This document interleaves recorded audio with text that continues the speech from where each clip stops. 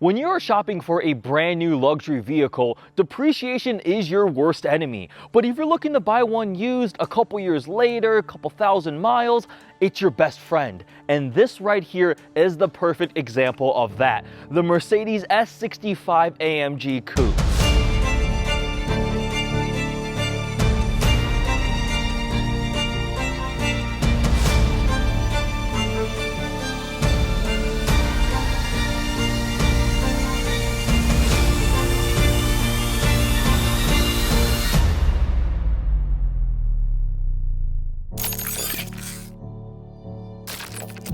The S-Class is the top tier in the Mercedes lineup, the flagship. And then within the S-Class, the very top, you have the two-door version of the executive luxury sedan, the S-Class Coupe and Cabriolet. This one here, though, when it has the number 65 AMG on the back, that means it's the absolute pinnacle, the V12 twin-turbo S65 AMG. When this was brand new, it was essentially $250,000, but now, many years later, only 20,000 miles later, it's a mere fraction of the cost. For the S65 AMG, we have that V12 Biturbo, 621 horsepower, 738 pound-feet of torque. It has made it to the older 7-speed transmission. All that power is sent to the rear wheels, but it'll still do 0 to 60 in 4 seconds, which is impressive given the fact that this weighs nearly 5,000 pounds. Curb weight's like 4,753. Now you may wonder, how does the S65 V12 compare to the S63 AMG, the other AMG in the lineup?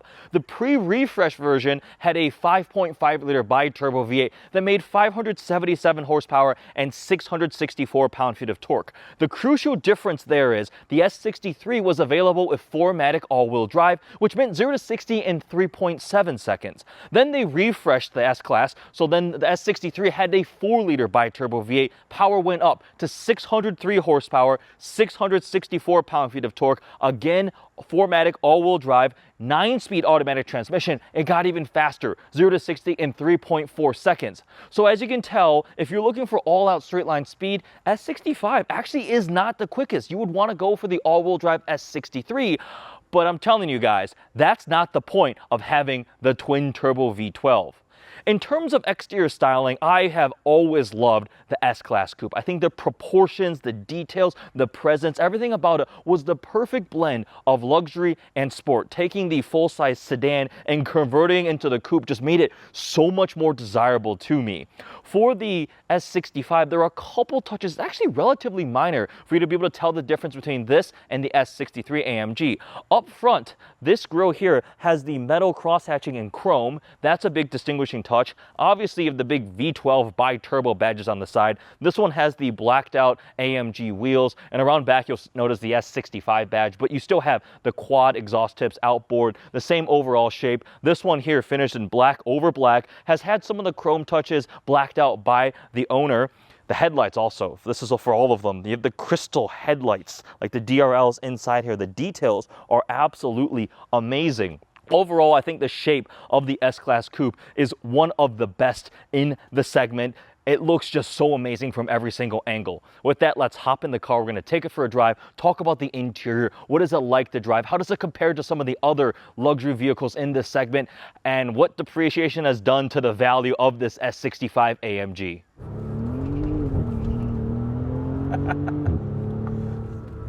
Struggling for traction. That was just flooring it in an S65 Coupe. All right, we are now on the road in the S65 AMG Coupe. Let's see. Taking it through a roundabout. Oh, that thing feels big and heavy, but that suspension is doing weird things, and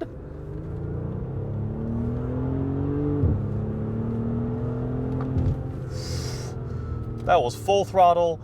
And the twin-turbo V12 S65 Coupe. The interior is obviously going to be extremely nice as the top-tier S-Class Coupe in S65 AMG form. Lots of leather. This has the black Napa leather covering essentially every surface. Obviously, these seats, the dashboard, the door upper, even the headliner, and even the sun visors here are all trimmed in leather. Materials are extremely nice. The switchgear, the vents, everything is going to be extremely high quality. This one does have the carbon fiber trim on the inside, which to me is a little silly because carbon fiber is supposed to be weight savings, lightweight. I know in modern days it's become synonymous with just sporty. They'll carbon fiber trim anything to make it look sportier, but what kind of weight savings are we getting in a nearly 5,000 pound luxury coupe? So I would have preferred the wood trim, but it's fine, part of the whole AMG experience. We have the dual 12.3 inch screens here right across the center, which in today's day and age is starting to feel a little more dated, but when this came out, this was the absolute best. It still looks very nice. None of the analog gauges anymore. It has an analog look on the digital driver cluster here. And something that stands out to me is I remember the first time I drove this generation of S-Class sedan and it had the dual screens, and it was such a crazy thing. Like, oh man, it just continues across your dashboard.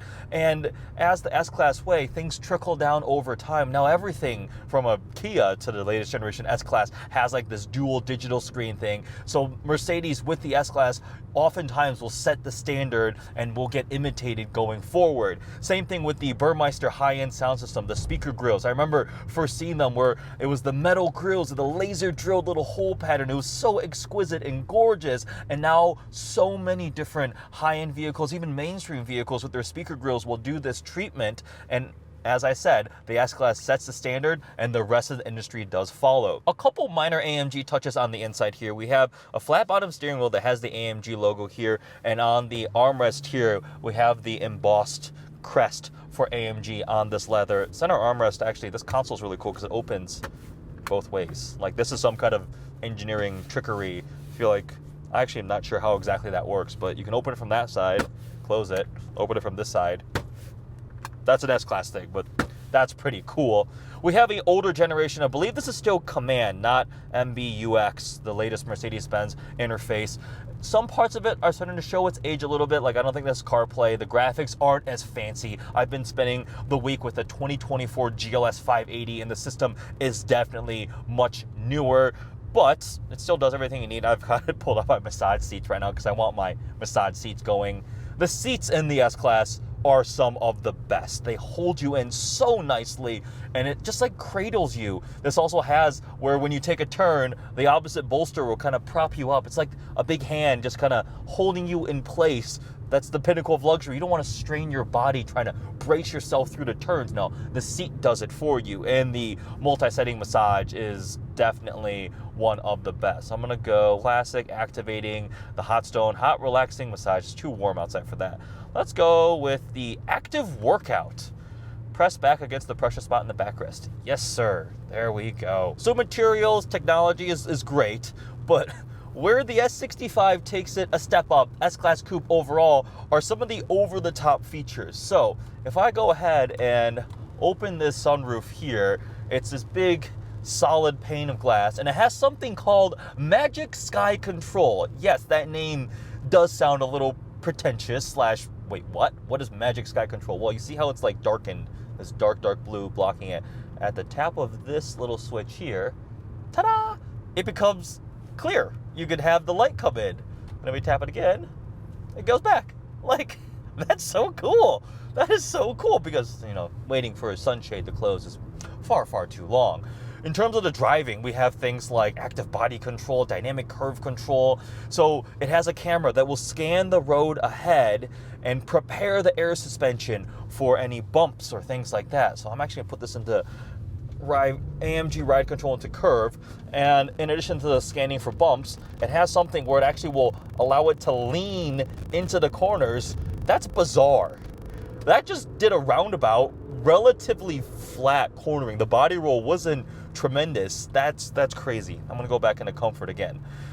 So it's the ethos of this car. It's blending the absolute luxury with some performance credential there too. Don't mistake this for a sports coupe, sports car. That is secondary. It's just part of the excess, the theme of over-the-top everything that starts with that twin-turbo V12 and continues on with the features that I just talked about there. In terms of driving dynamics too, the V12 is a lazy feeling V12. It presents effortless power and torque, but it does not want to run through the rev range. It doesn't have some sort of snappy dual clutch transmission paired with it. This is a good old-fashioned AMG 7-speed, and just a wave of torque is stupendous when you get into the power. I mean, and it just feels effortless, absolutely effortless. It doesn't rev out 6,000 RPM. It doesn't get really loud either. Just in the background, you hear this rumble and this very smooth power band. That's what this car is. But you can also feel that this would be right at home, cruising on the Autobahn at 160 miles an hour, not even trying, and it would feel perfectly composed and calm. It is it's just so excessive, but I love it. I love it in that way. Now, like I mentioned at the very beginning, this is rear-wheel drive only. So if you're looking for the sportier one, you're going to want to go for the S63, especially with the 4-liter, right? It makes effectively the same power, but it can put it down much better with 4MATIC. Newer 9-speed transmission for the refresh one. The pre-refresh had that 5.5, which I actually love, that 5.5 twin-turbo V8. This isn't about speed. This is not about just those numbers. The numbers are for bragging rights. It's about the overall experience, and I think knowing that you have a twin turbo V12 while the rest of the peasants and the rest 63s have merely 8 cylinders.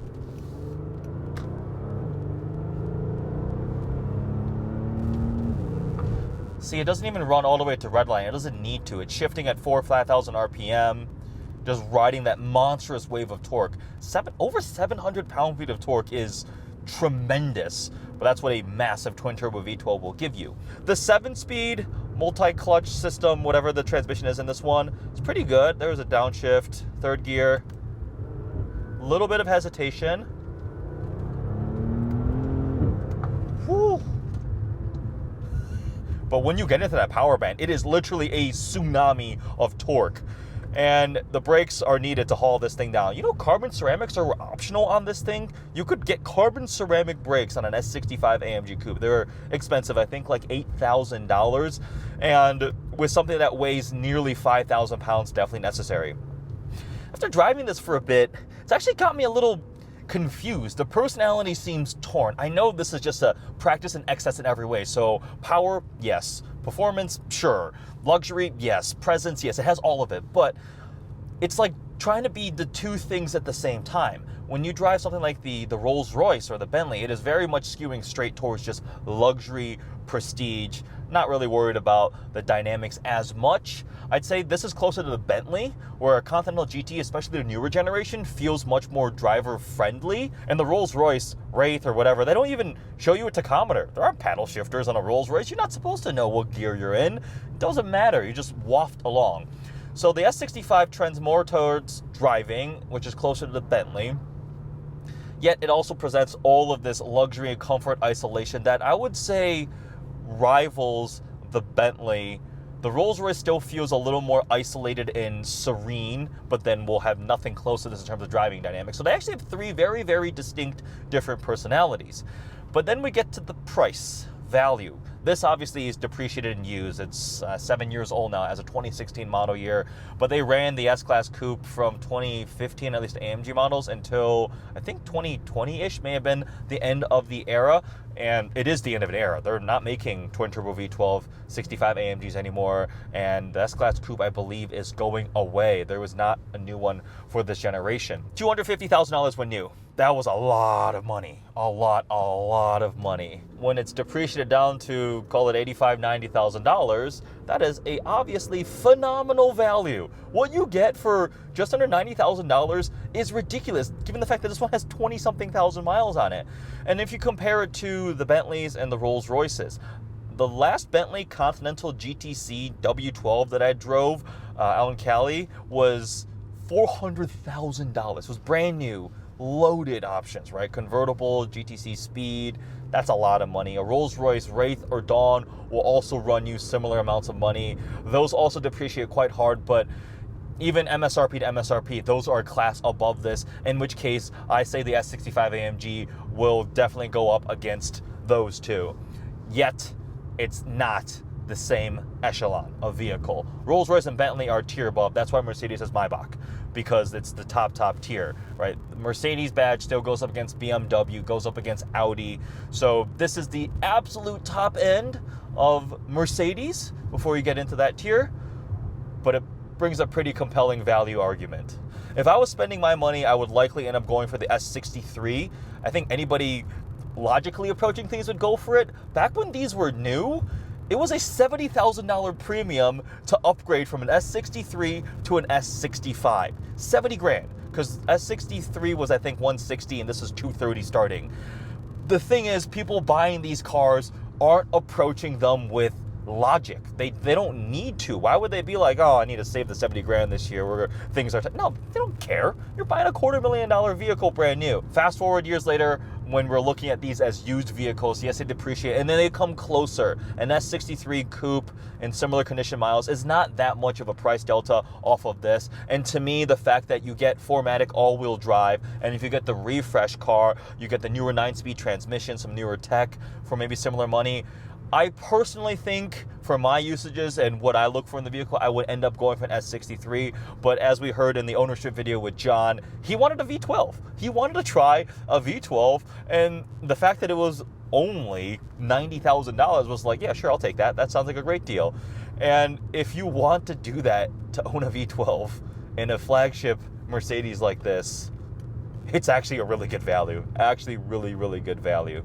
So there's my review of the S65 AMG, an unbelievable bargain, a former $250,000 car that after just 20-something thousand miles on it has dropped to under $100,000, barely a third of what the MSRP was. That is a phenomenal deal, and it certainly brings just excess in every single way, from the massage seats to the Magic Sky Control. I think that was like a $2,500 option. Tons of torque, presence, the look and everything. This is such a cool vehicle, but be prepared for ownership costs, because when you buy a depreciated luxury car, you are still paying for, yep, there's traction struggling. Oh man, that is quick. That is pretty quick still. You're paying for the original price of parts, maintenance, all of those types of things. Components will be expensive. Be prepared for that. But if you're willing to live with that, you can experience what the most ultra wealthy people were driving back in 2016 when this thing came out. I hope you guys enjoyed this review of the S65 AMG. Make sure you also check out the ownership video I did with John, plus some of his other vehicles that he's recently purchased. Thanks for watching.